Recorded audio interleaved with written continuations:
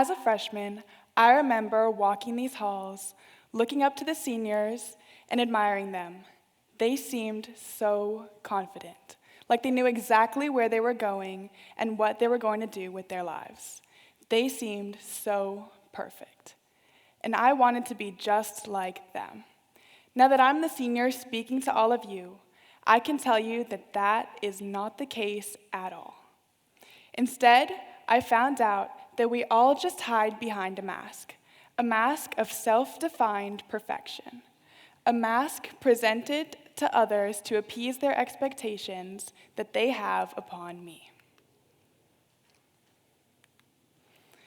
It all stems from expectations, given to me first from my parents. My parents have worked so hard to give me everything I could ever ask for, to send me to an amazing elementary, middle, and high school, to set me up for success. In return for their sacrifices of sending me to these private schools, it was expected of me to get A's. So every test score felt like a direct measurement of my worth. A bad grade, that was like a punch in the gut. Bringing home anything less than success was terrifying because I didn't know how they'd react. Would they be disappointed, or would they think I wasn't trying hard enough?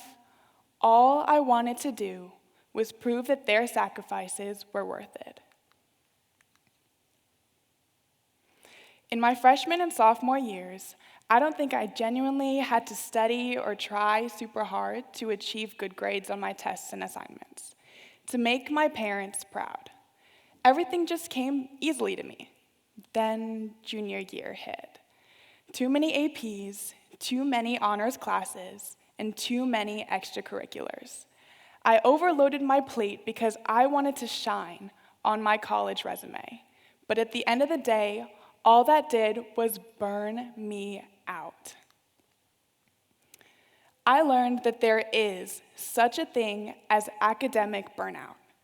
According to a University of the People article, academic burnout can be defined as a negative emotional, physical, and mental reaction to prolonged study that results in exhaustion, frustration, lack of motivation, and reduced ability in school. Overdue assignments stacked on top of each other and loomed over me in such a way that demotivated me from ever even attempting to conquer that pile of responsibility.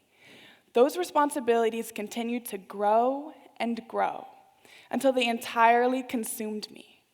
And I felt so overwhelmed that I didn't even know where to start. Suddenly, I didn't feel as smart or put together as I did in my freshman and sophomore years. I couldn't keep up, and the worst part, my parents still expected me to. Then there are expectations from my own friends, that I am the one that they can go to for help. These expectations stemmed internally, because I put that mask on to show everyone that I wanted to be that model student. The one that people look up to, the one who seems to have it all figured out. But when someone asks for help for the work you didn't even do, how do you tell them that you're just as lost as they are? The disappointment that forms on their faces would ensue a sense of guilt from within me that I just could not shake. The image of me as the smart student, the one who had it all put together, was slipping. And I started to wonder, if I'm not that, then who am I? The burnout became too real, and I gave up. My identity conformed to how I thought my friends saw me.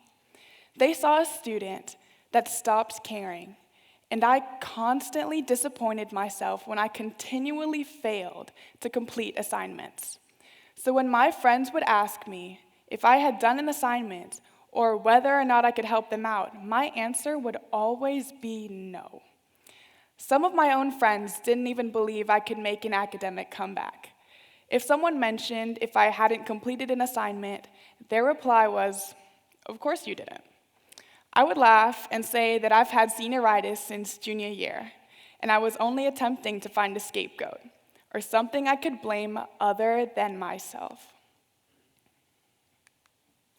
Not only were there expectations from my parents and my friends, there were also those that I put on myself.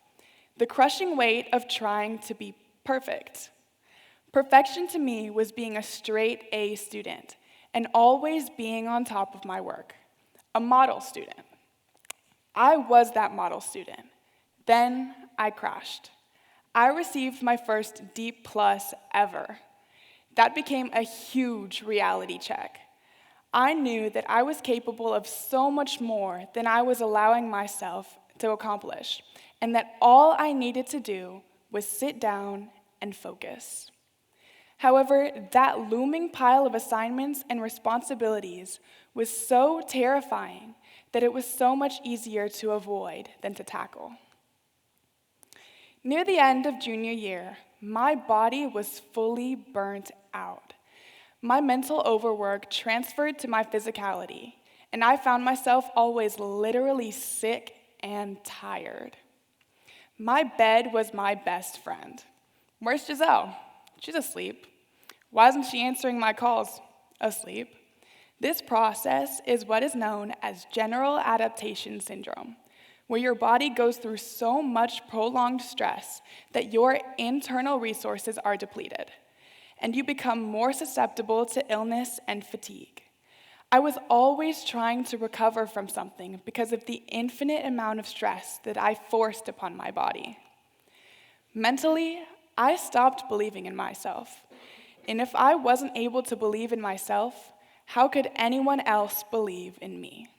Self-image is a fragile thing, and when it shatters, all that's left is an unmotivated, unrecognizable version of yourself. I got to a point where I expected failure, and when you expect failure, you don't fear it anymore. I convinced myself that if I didn't care, I couldn't be hurt. If I didn't try, I wouldn't be disappointed. But that's not how it works. So where do you start? How do you recover? You start by creating achievable, attainable goals. The truth is, it's okay to set high expectations for yourself. Goals give us motivation. But if those expectations become impossible, they do the exact opposite. They drain you. So small, attainable goals give you small achievements that help you restore your confidence. You can always add more goals later.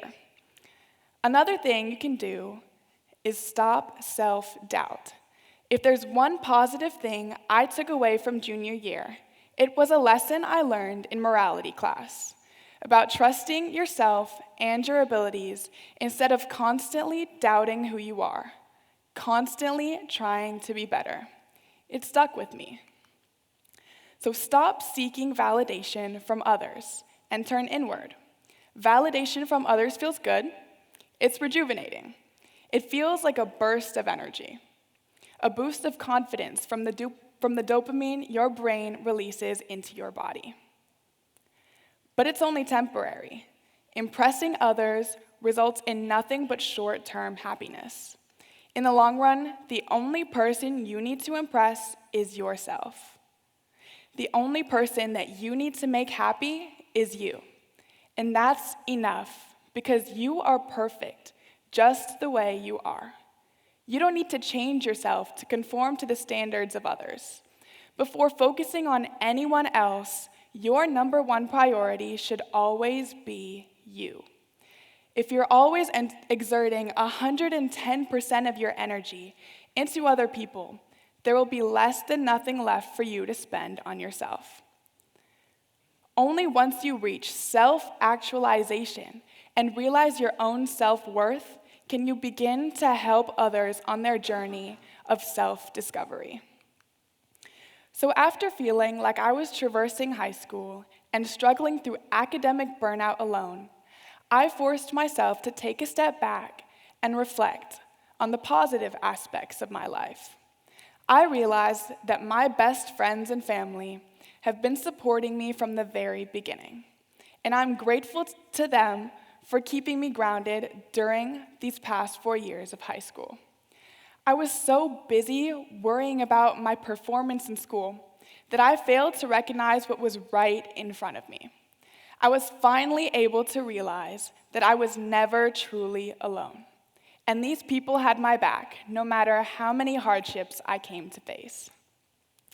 Academic burnout is real, and it doesn't just disappear. My problems didn't just magically disappear once I reached senior year. After the chaotic pandemonium of junior year, I wanted redemption. I wanted to prove to myself that I could handle the rigorous academic classes that Moreau has to offer. So I loaded my schedule with even more intense classes. So I am even more burnt out now than I was in junior year. But now I know that I am supported. I know that all I have to do is my best and to stop worrying about what others see or want of me. I am enough. So I leave you with the reminder that your worth is not defined by your grades or by the validation of other people. Your worth, in fact, is only what you make it to be. If you believe that you will achieve greatness, you will. If you believe that you are powerful, you are. The only thing limiting you from achieving your greatest potential is you. A simple positive mindset can go a long way, and you should not let one bad grade cloud your judgment and overtake your life. Humans make mistakes, and therefore cannot be classified into just one category. Everyone is unique and has their own goals, all achievable with the right mindset. Once you define success by your own terms instead of by someone else's, there is nothing that you can't accomplish. Thank you.